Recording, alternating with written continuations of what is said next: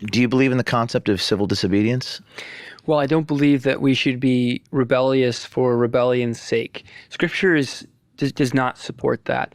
And there are certain things in the Bible that if a government were to pass a law that would require us to do something that might be annoying or we might not exactly like, we're to do it anyways. Like it says, if a Roman soldier asks you to carry his pack a mile, carry it for 2. Because at the time, the Roman soldiers would just say, here, Jew, carry my pack, right? And so it's saying, obey your government.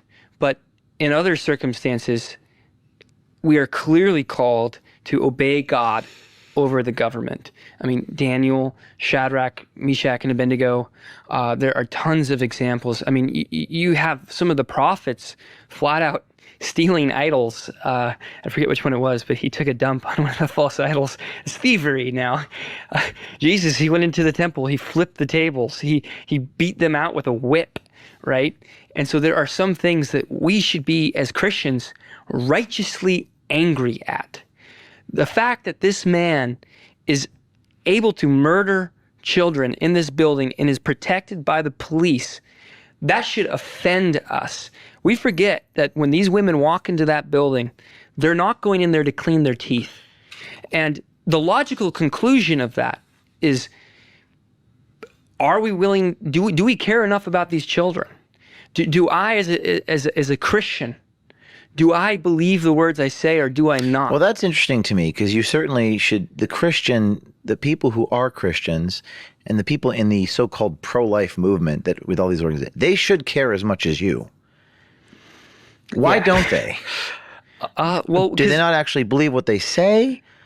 Or are they not, are they? It's a mix of both. It's a mix of conditioning, a hierarchy of beliefs, and a love of the things of the world and comfortability and things of that nature. Because I agree with you that people should be made to live up to their own principles. If you believe in something, you profess something, you have an organization dedicated to the principle of doing the thing, you should certainly not be a total hypocrite, right?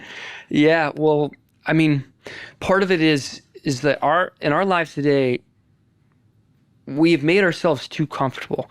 Very rarely do humans ever get the opportunity to take a stand that will define who they are as people. Very rarely. There are a few times ever. I would say in the pro-life movement, it is constant. And if courage is not tested, it will grow stale. And that's what we see today, is that our courage, we're never asked to be courageous. Everyone's waiting for somebody else to go out and do something.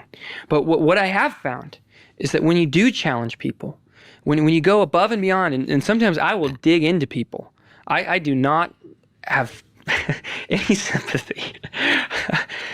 But when you call them to do brave things, a lot of times they will. A certain percentage won't. I'll give an example. I went to Ohio one time to fight against one of their abortion amendments. And when I got there, they all thought I was crazy. But by the end, my friend, he was holding my feet out of the car as we went and ripped out signs from people's yards. And eventually, I got him to run out onto the stadium of a Reds game with me and drop this huge no on one banner. And he didn't want to do it. And I said to him, I said, what are you going to say to God when he asks you why you didn't save his children? Mm-hmm. And I know it sounds harsh, but truly, like, the logical conclusion of the pro-life argument is that babies are being murdered. So who does the responsibility for their lives fall back on?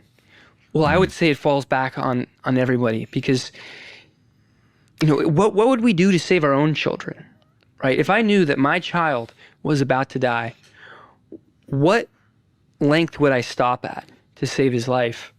Most people would say no length. It seems like there's the argument that people would disagree with the premise. Either A, they disagree with the premise that it is murder, or the honest ones, I think it was Bill Maher, who's, maybe I'm mistaken, but said, "Oh, I agree that it's murder. I just don't care," or something. I don't remember who said that, but it's one of two possibilities. And I remember being in law school. I dropped out of law school, and there was the defense of others in criminal law, which means it's legal. So if someone comes into this room and tries to kill you and I shoot them, it's not illegal because I'm defending you.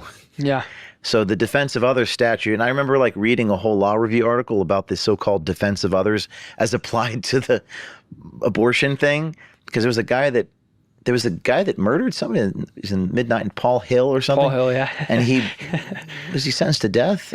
Yeah. And he went out and just proactively killed an abortion doctor, and it was under this so-called defense of others theory. At least I perceived it that way. But yeah, it's interesting. I don't condone violence, but I think we should take stands, peaceful stands. I think we can do it peacefully. What is your price? Because if your price is not your life, then you are